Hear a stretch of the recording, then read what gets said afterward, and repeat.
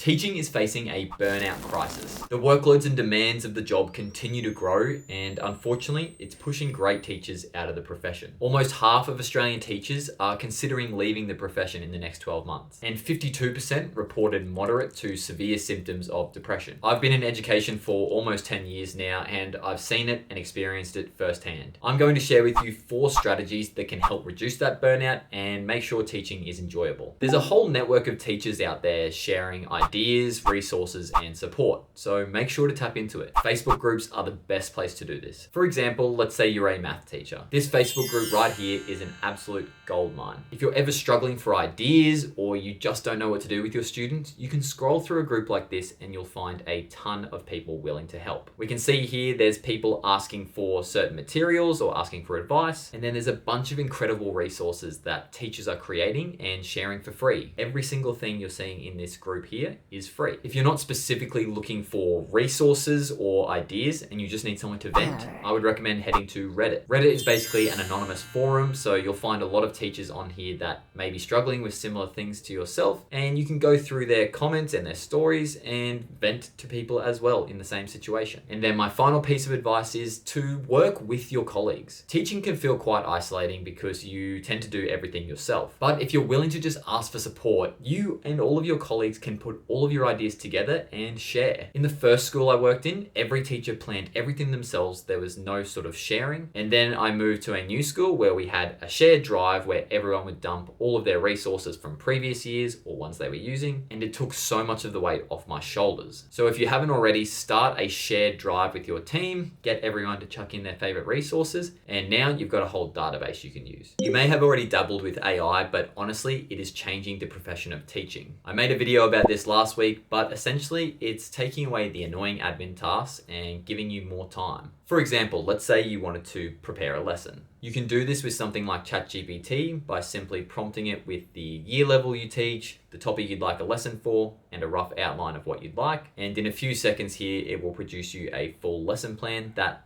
doing it yourself would typically take quite a while. There's also tools like Tutero. So Tutero is built specifically for math teachers, and it can build lesson slideshows in just a few seconds. And you can see here that their lessons are very thorough. There will be explanations of concepts. There will be differentiated questions. There's activities in there that you can use. So full lesson slideshows, and you just have to click your mouse a couple of times. Now, when I say lower your expectations, I don't mean become a lazy teacher. What I mean by this is I feel like teachers put a lot of external pressures on themselves, and that's what leads to burnout. So to prevent this, I have used the minimum viable teacher framework. It's got 2 steps, and the first one is to define your non-negotiables. If you only had 50% of your energy in a day, what are 1 or 2 things you have to do to still show up as a good teacher? So this might be something like, I need to connect with my students, or I need to make sure every learner has 1 takeaway. These should be the core purpose of your job, the things that have to be done every day. And then nice and easy, the second step is to cut the extras without the guilt. What are the optional tasks that you've convinced yourself are required? So think of things like beautifully designed PowerPoints or incredible whole class games that we play every day. Yes, those are great, and you should try and use them where you can, but you don't need to be doing that to be an incredible teacher. The burnout filter is honestly something I've kind of just made up, but I found it really effective. First step in building your filter is to set a weekly work schedule. Teaching doesn't have set hours, and I feel like that's where a lot of the stress and pressure comes. By setting a weekly schedule, it makes you feel more organized, more structured, and that you're not just working ridiculous hours. You need to be strict with this. So what I do is Monday to Friday, I write down the time I'm going to get to school and the time I'm going to leave school, and I make sure I stick to this no matter what. And I know a lot of people might be saying, oh, I don't know how much work I'm going to have each day, and yes, I agree, which is why I developed the second step, which is the parking lot. Let's say it's a Wednesday and I've told myself I'm finishing at 4, but I've still got a few tasks. What I'll do is I'll grab a sticky note, I'll write down the task, and I'll put it on a section of my desk called the parking lot. When I come in first thing the next day, I look at my parking lot, I'll grab a sticky note, and I'll get to work right on that task. I think it makes it easier to manage the workload because you're not just having thoughts and then becoming overwhelmed. You've got something physical written down and you're keeping track of what you still need to do. And then the third, it's very, very simple, is think,